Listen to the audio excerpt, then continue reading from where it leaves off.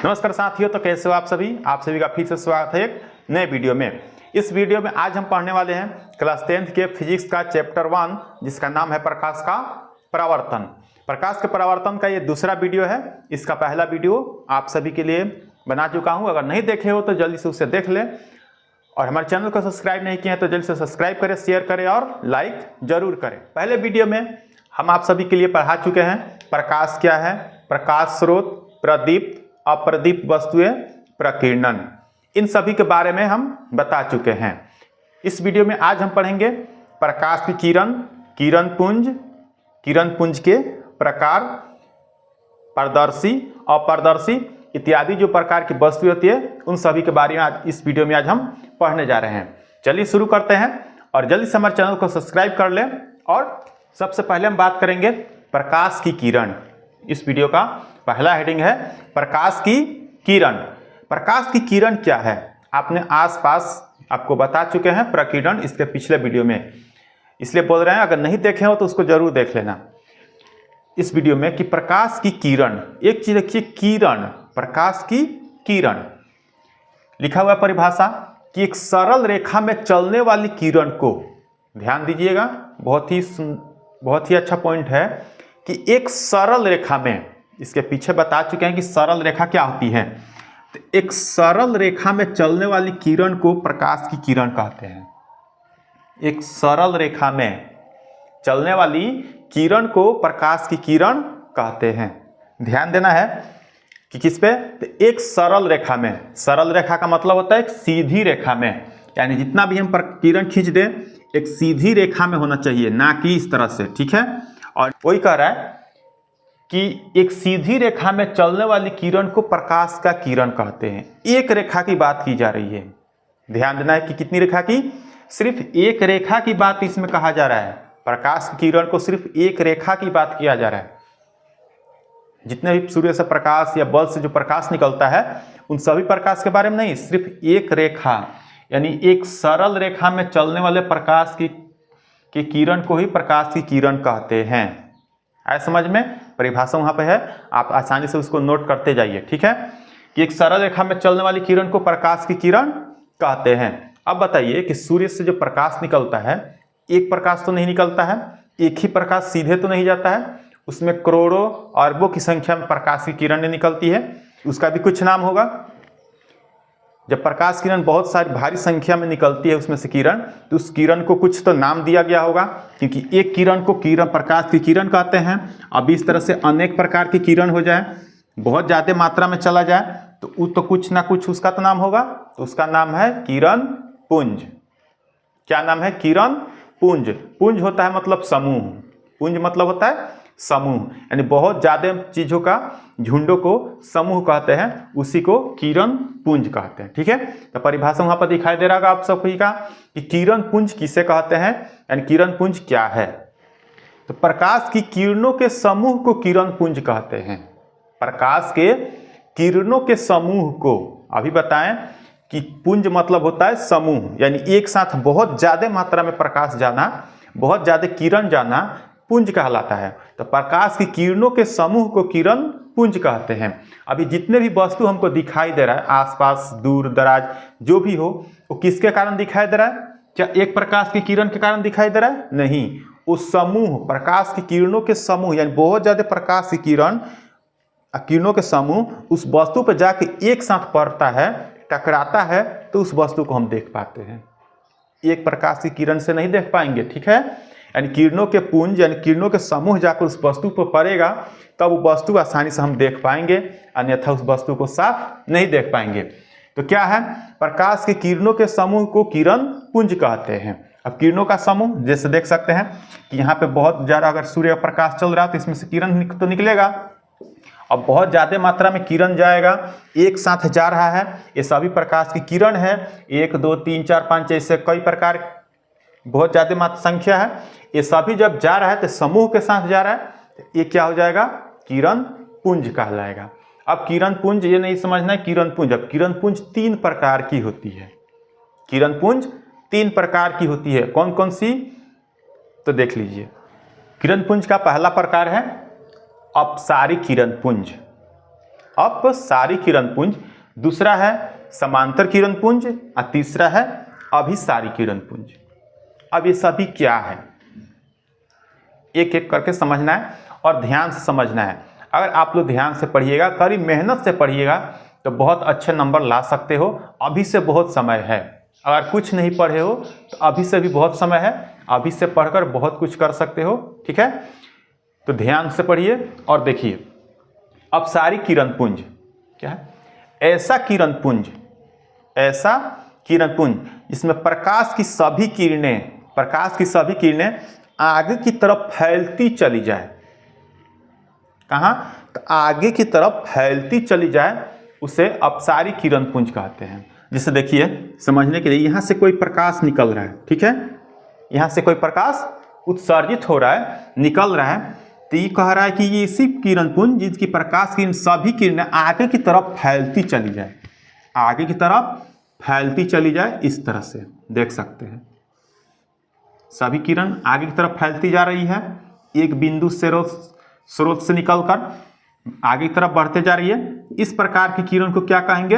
अपसारी किरण पुंज। अपसारी किरण पुंज, ये सभी क्या है? अपसारी किरण पुंज है। यानी एक बिंदु से, यानी किसी जगह से प्रकाश निकल रहा है, वहां से प्रकाश निकल कर कहाँ जा रहा है? तो देख सकते हैं आगे की तरफ फैलती चली जा रही है, आगे की तरफ बहुत दूर तक। आप इसको देखेंगे तो ये आगे बढ़ते चला जाएगा, ये आगे बढ़ते चला जाएगा। जितने दूर जाएगा इसकी बीच की दूरी बढ़ते जाएगी। ये प्रकाश जितना दूर जाएगा इसके आपस के बीच की दूरी बढ़ते जाएगी कि नहीं जाएगी? और यहाँ पे देखिए एक जगह जाकर मिल जा रही है। और ये दो प्रकाश को देखेंगे, किरण को, तो यहाँ पे कम दूरी है बीच की दूरी, यहाँ पे ज़्यादा है, इससे ज़्यादा यहाँ पर हो गया, इससे ज़्यादा यहाँ पर हो गया। तो अपसारी किरण पुंज में दो प्रकाश की किरणों के बीच की दूरी आगे की तरफ बढ़ती जाती है, ध्यान देना है, ठीक है। और जब आगे तरफ फैलती चली जाए तो इस प्रकार की किरण को ही क्या कहेंगे? किरण, अपसारी किरण पुंज। आए समझ में? किरण पुंज कितने प्रकार के? तो 3 प्रकार के। इसमें पहला था अपसारी किरण पुंज, जो क्या कहला रहा था कि एक बिंदु से, यानी एक वस्तु से प्रकाश निकलकर वो आगे की तरफ फैलती चली जाती है, उसे अपसारी किरण पुंज कहते हैं। जैसे में क्या होगा? जैसे में पूछे थे आप सबसे से, तो जैसे में क्या होगा? सूर्य प्रकाश देखे होंगे लोग। चलिए, सूर्य प्रकाश तो बहुत दूर है, फिर भी सूर्य प्रकाश देखेंगे लोग, हमको कितना छोटा दिखाई दे रहा है? लगभग इतना दिखाई देता है। बहुत दूर होने के कारण इतना बड़ा दिखाई देता है, ये नहीं कितना ही बड़ा है, ध्यान देना। बहुत सूर्य बहुत बड़ा है, पृथ्वी से कई गुना बड़ा है, ये नहीं कि इतना छोटा दिखाई देता है तो इतना ही छोटा है, बहुत बड़ा है। अब इतने छोटे दिखाई देता है लेकिन प्रकाश चारों तरफ फैलता है, चारों तरफ फैल जाता है। या अपने घरों में हम एलईडी बल्ब या कोई भी बल्ब देखते हैं तो क्या होता है?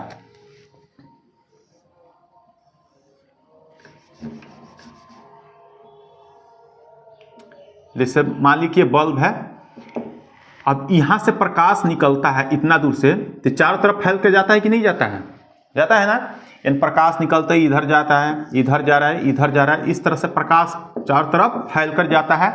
यानी एक जगह बल्ब जलता है और उस रूम में जो भी क्षेत्र हो वो चारों तरफ प्रकाशित कर देता है, तो सभी क्या है? अपसारी किरण पुंज की तरह पर कार्य करता है। किस तरह? अपसारी किरण पुंज की तरह वो कार्य करता है, क्योंकि एक वस्तु से प्रकाश निकलकर उसकी प्रकाश की सभी किरण आगे की तरफ फैलती चली जाती है, वो अपसारी किरण पुंज होती है। जैसे बिजली के बल्ब हम लोग घरों में देखते हैं, वो अपसारी किरण पुंज की तरह कार्य करता है, ठीक है। अगला देखेंगे दूसरा नंबर, समांतर किरण पुंज। देखते हैं अगला क्या है। अब समांतर किरण पुंज वे कह रहा है कि ऐसे किरण पुंज जिनकी सभी किरणें एक दूसरे के समांतर हो, वैसे किरण पुंज जिनकी सभी किरणें, यानी दो किरणें आपस में, दो किरणें समांतर हो, उसे समांतर किरण पुंज कहते हैं। जैसे में देखिए, एक प्रकाश की किरण है, ये दूसरा प्रकाश की किरण है, ये तीसरा है, ये चौथा है, ऐसे ही इत्यादि डॉट डॉट और भी प्रकाश की किरण होगा।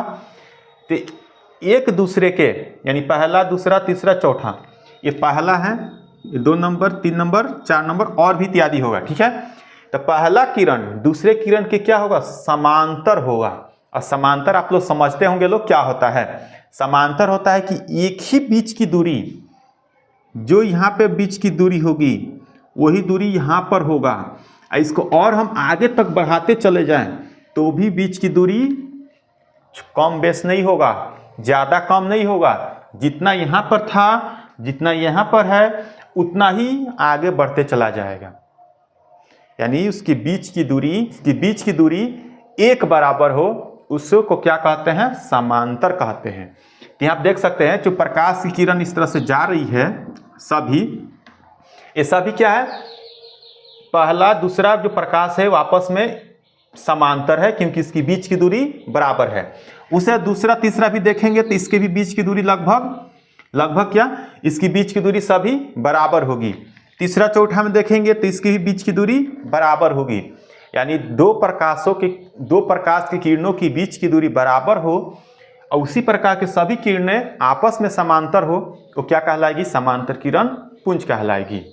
अब इसका एग्जाम्पल के रूप में देखें तो बहुत दूर से आते हुए प्रकाश की किरणें लगभग उसे समांतर मानी जाती है। क्या मानी जाती है?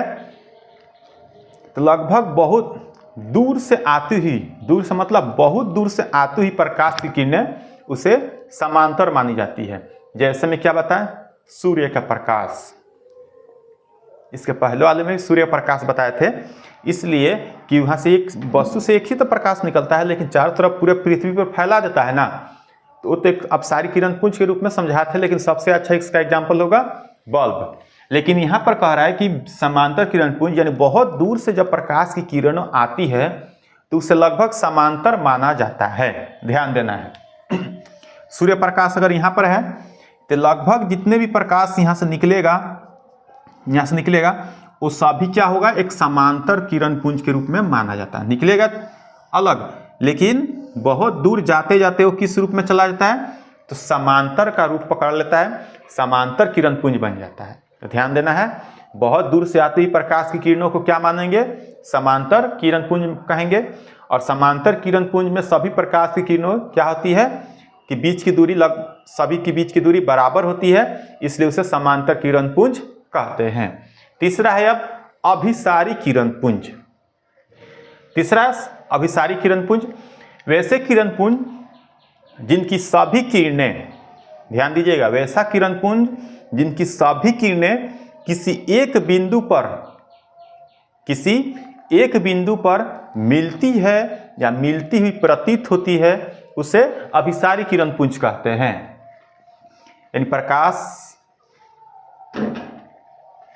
यानी किरणों का ऐसा समूह जिनके प्रकाश की सभी किरणें किसी एक बिंदु पर आकर मिलती है या मिलती हुई प्रतीत होती है। प्रतीत मतलब होता है अंदाज लगाया जा सकता है कि वहां पर ये घटना घट रही है या यहाँ पे प्रकाश आकर मिलेगी, उसको प्रतीत कहते हैं। ठीक है, मतलब अंदाजा। तो कह रहा है कि प्रकाश की सभी किरणें किसी एक बिंदु पर आकर मिलती है या मिलती हुई प्रतीत होती है, उसे क्या कहते हैं? अभिसारी किरण पुंज। जैसे बहुत दूर से कहीं से वस्तु, किसी से प्रकाश निकल रहा है और किसी एक जगह पर जाकर मिल रहा है, किसी एक जगह पर जाकर मिल रहा है, उसे क्या कहेंगे?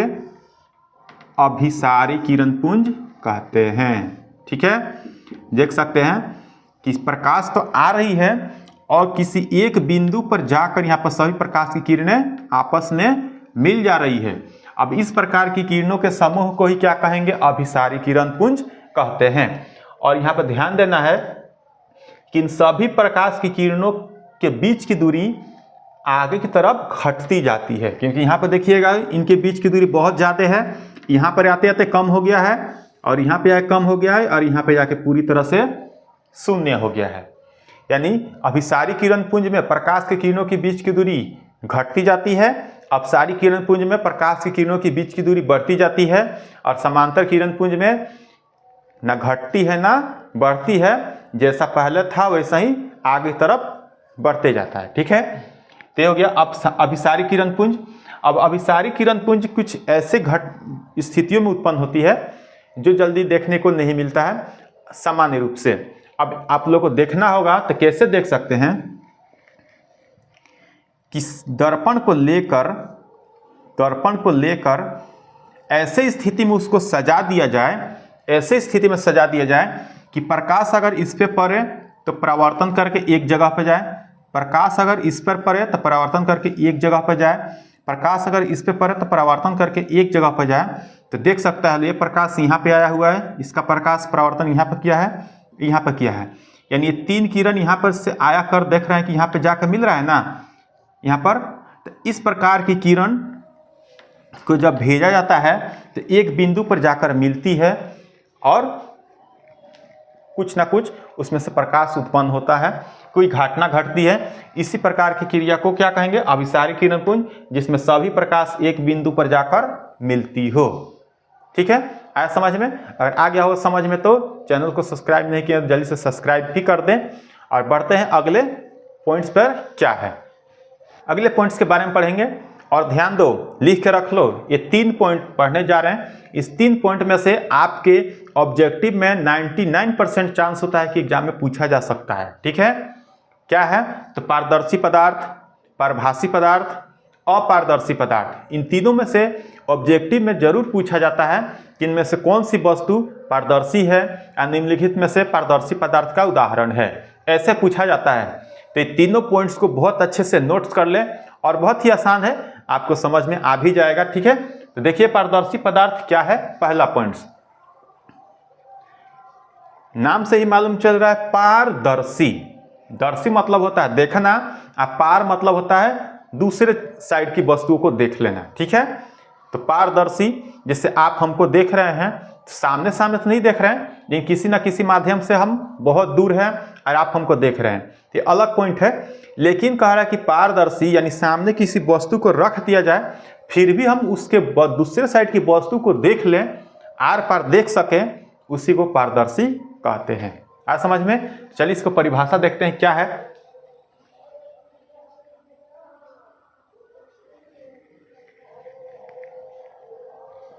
देखिए, वे पदार्थ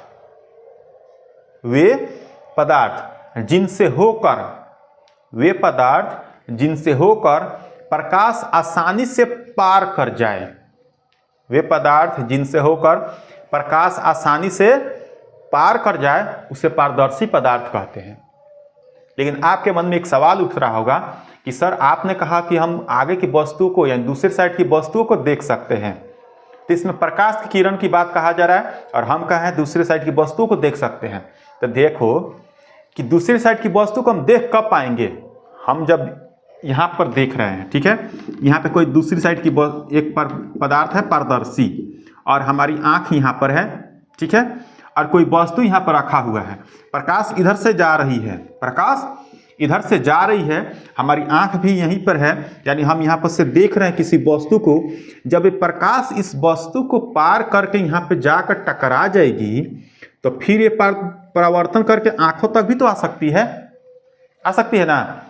जब प्रकाश इस वस्तु को पार कर सकती है तो परावर्तन भी कर सकती है। अब परावर्तन करके आंखों तक आएगी तो क्यों ना तो क्या इस वस्तु को हम नहीं देख पाएंगे? तो यही मेन पॉइंट है। देखिए, यानी क्या कह रहा है कि वे पदार्थ जिनसे होकर प्रकाश आसानी से पार कर जाए, उसे पारदर्शी पदार्थ कहते हैं। अब प्रकाश किस किस वस्तु में, किस किस पदार्थ में आसानी से पार कर जाती है, कमेंट में जरूर बताइए, जल्दी से कमेंट करके बताइए। तो प्रकाश कौन कौन सी वस्तु में आसानी से पार कर जाती है, जल्दी से मालूम चला? देखो, सबसे पहला है हवा। अब कहिए कि हवा, तो प्रकाश हवा में पार करती है कि नहीं करती है? अब हवा में प्रकाश पार करके हमारे ऊपर टकरा रही है और हमारे ऊपर टकरा कर जो सामने व्यक्ति बैठा हुआ है उसको दिखाई दे रहा है। इसीलिए बोले कि जब प्रकाश पारदर्शी यानी कोई वस्तु है उसको पार करके किसी वस्तु पर टकरा जा रही है तो परावर्तन करके आंखों तक भी तो आएगी ना, तो हम वस्तु को देख पाएंगे, तो ही हम उस वस्तु को देख पाएंगे।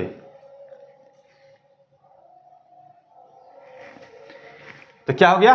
हवा, यानी वायुमंडल में सबसे ज्यादा मात्रा में हवा कई गैस धूलकण से बना हुआ है, तो हवा को प्रकाश पार कर जाती है और पार करके किसी ना किसी वस्तु पर टकराती है, तो क्या होगा? हवा एक पारदर्शी पदार्थ है। उसी तरह से क्या है, पानी, पानी, पानी में प्रकाश पार करती है, देखे होंगे लोग, लेकिन प्रकाश आसानी से पार कर जाती है, आर पार कर जाती है पानी का, इसलिए हम पानी के अंदर की वस्तु को देख पाते हैं या पानी के साइड की वस्तु को भी देख पाते हैं। ध्यान दीजिएगा। तो प्रकाश यानी पारदर्शी पदार्थ में हवा हो गया, पानी हो गया, और दूसरा हो गया, और तीसरा हो गया कांच, शीशा, शीशा में ही प्रकाश पार कर जाता है। अब यहाँ पे 2 पॉइंट होगा, आप पूछिएगा कि शीशा में पार कर जाता है, हम अपने चेहरा को कैसे देख पाते हैं। पॉइंट ध्यान दीजिएगा कि कभी बोले कि पानी हवा में तो पार कर गया, ये तो ठीक है, लेकिन शीशा में भी पार कर जाती है। अब शीशा में प्रकाश कैसे पार करती है, तो आप लोग बहुत आसानी से देखे होंगे लोग, कहाँ पे, तो कार में देखे होंगे लोग, बस में देखे होंगे लोग, या अब नए घरों में नए नए डिजाइन के शीशे लगते हैं, उसमें देखे होंगे लोग, देखे हैं ना, प्रकाश आसानी से पार कर जाती है। कार में देखेंगे लोग शीशा लगा होता है, पार कर जाती है, अंदर बैठे व्यक्ति आसानी से बाहर की और बाहर के व्यक्ति अंदर की चीज़ों को देख पाता है।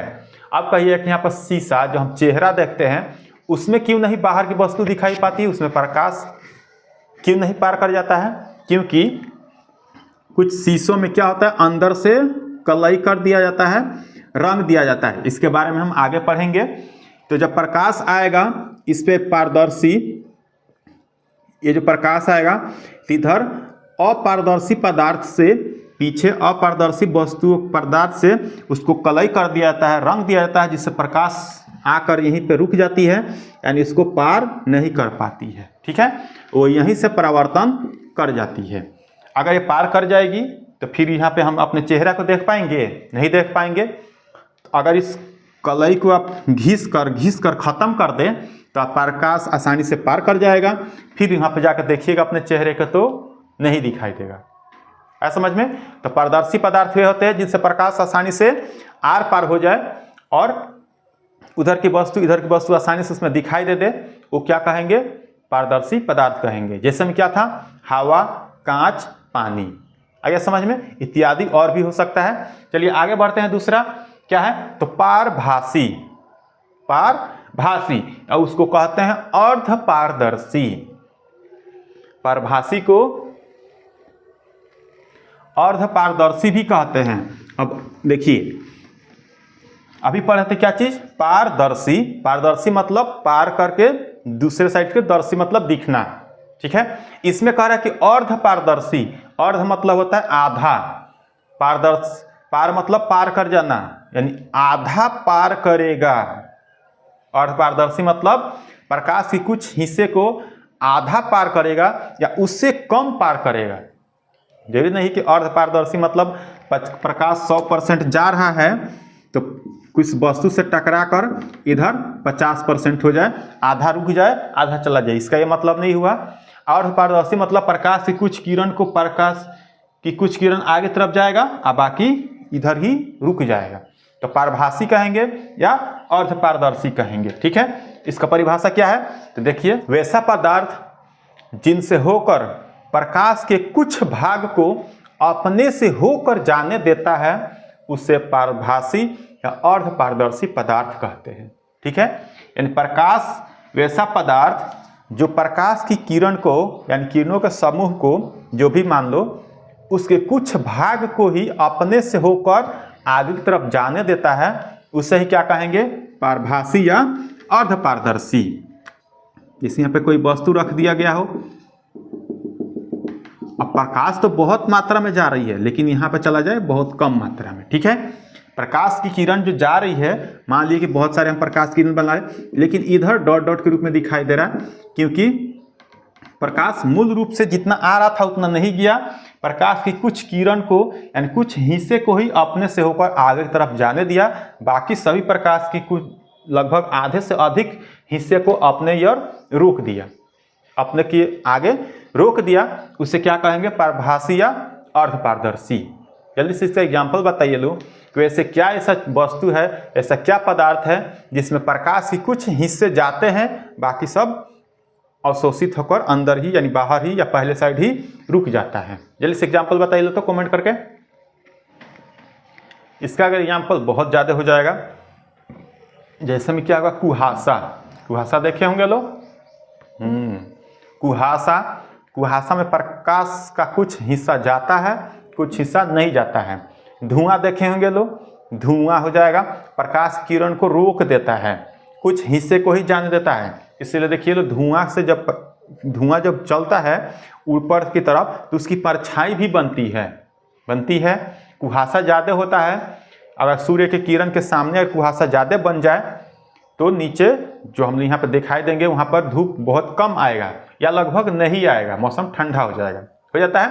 तो कुहासा हो गया, बादल हो गया, क्या हो गया तो धुआं हो गया, साथ में क्या होगा तेल लगा हुआ कागज। अभी बताएं कि ये बहुत ही महत्वपूर्ण टॉपिक है, एग्जाम के लिए ऑब्जेक्टिव में पूछा जाता है।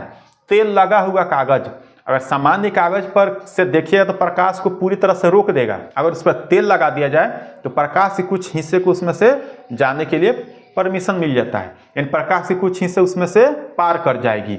साथ में देखेंगे लोग रक्त, अब हम लोग तो रक्त से प्रकाश को पार नहीं कर सकते हैं, नहीं देखेंगे लोग, लेकिन एग्जाम्पल के रूप में रक्त हो जाएगा, दूध हो जाएगा, ठीक है। घिसा हुआ कांच, कांच को घिस देंगे तो उसमें से ही प्रकाश के कुछ हिस्से को पार कर जाएगा। इसका बहुत ज़्यादा एग्जाम्पल,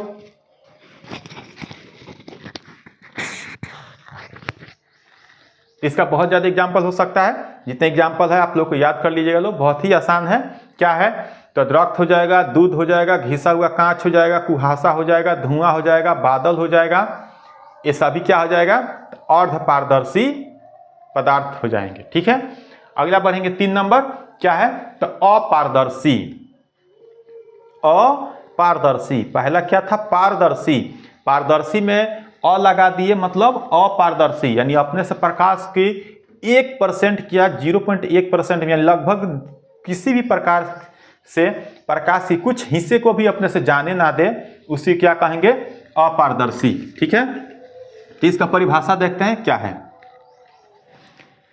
वे पदार्थ जिनसे होकर प्रकाश की किरण पार नहीं कर पाती है, वे पदार्थ जिनसे प्रकाश की किरण पार नहीं कर पाती है या अपने से होकर प्रकाश की किरण को जाने नहीं देती है, उसी को क्या कहते हैं अपारदर्शी पदार्थ कहते हैं। अब इसका एग्जाम्पल आप लोग बताइए, कितना आसान है, कितना आसान है कि प्रकाश को अपने से होकर दूसरे साइड जाने नहीं देता है, उधर अपने पहले साइड में ही रोक देता है, पूरे प्रकाश को रोक देता है, वो अपारदर्शी कहलाता है। एग्जाम्पल में जल्दी बताइए तो क्या होगा, बहुत सारी अपने आसपास की वस्तु दिखाई दे रही होगी जो प्रकाश की सभी किरण को रोक दे, अपने से होकर एक भी किरण को जाने ना दे, उसी को क्या कहेंगे अपारदर्शी पदार्थ कहते हैं। जैसे में बताइए लो, जैसे में सामने दिखाई दे रहा है बोर्ड, सामने दिखाई दे रहा है बोर्ड, क्या बताइए तो इस पर हम कितना ही प्रकाश भेज दें, कितना ही प्रकाश डालें, क्या प्रकाश इसको पार करके जा सकती है? नहीं जा सकती है। अपने सामने देखिएगा दीवार, दीवार को क्या प्रकाश पार कर जाएगी? नहीं कर पाएगी, ठीक है। अब क्या होगा और एग्जाम्पल बताइए लो, बहुत सारे एग्जाम्पल हो जाएगा। पेंट देखे होंगे लोग, पेंट, अलकतरा, पेंट होगा अलकतरा हो जाएगा,